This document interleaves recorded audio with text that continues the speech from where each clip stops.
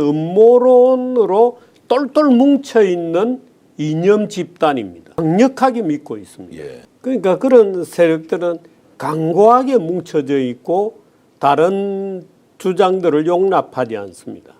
오로지 자기들의 음모론적 세계관의 영역을 확장하는 것이 자기들의 타깃이죠. 그때 이제 성관이의 군인들을 보낸다든가 또는 수원 성관이 연수원에 있는 사람들을 중국인이라고 주장하면서 중국이 소위 하이브리드 전략을 가지고 세계를 지배하려는 음모를 꾸미고 있고 그 첫 교두보가 대한민국이라고 하는 아주 재미난 음모를 만들어내죠. 그러니까 그 사람들은 그런 음모론으로 똘똘 뭉쳐있는 이념 집단입니다. 강력하게 믿고 있습니다. 예. 그래서 지금 예를 들어서 김문수 후보 뒤에 말하자면 백댄스를 해주고 있는 젊은 아이들이 있잖아요. 그 대부분 기독교인들이거든요. 그런데 미국에도 그런 일단의 음모론자들이 있습니다. 소위 그 에반젤리칼 복음주의 기독인들을 중심으로 있는 이제 그런 사람들하고 굉장히 동조화하고 있죠. 심정적으로. 그래서 그런 일단의 사람들이 적어도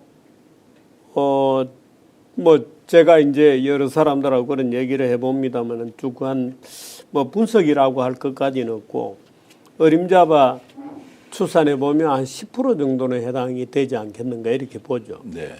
그러니까 그런 세력들은 강고하게 뭉쳐져 있고 다른 주장들을 용납하지 않습니다. 그 사람들은 예를 들어서 이번 대통령 선거에 대통령이 되기 위해서 어떤 공약을 걸어야 되고 김문수가 어떤 행동을 취해야 하는지는 중요한 고려 대상이 아닙니다. 오로지 자기들의 음모론적 세계관의 영역을 확장하는 것이 자기들의 타깃이죠. 그러니까 우리가 볼 때는 전혀 이해할 수 없는 행동들을 하죠. 전혀 이해할 수 없는 상식에서 벗어난 노선을 가지고 끌고 가고 있는 거죠. 그 윤석열의 출당 문제도 이제 그런 것이고,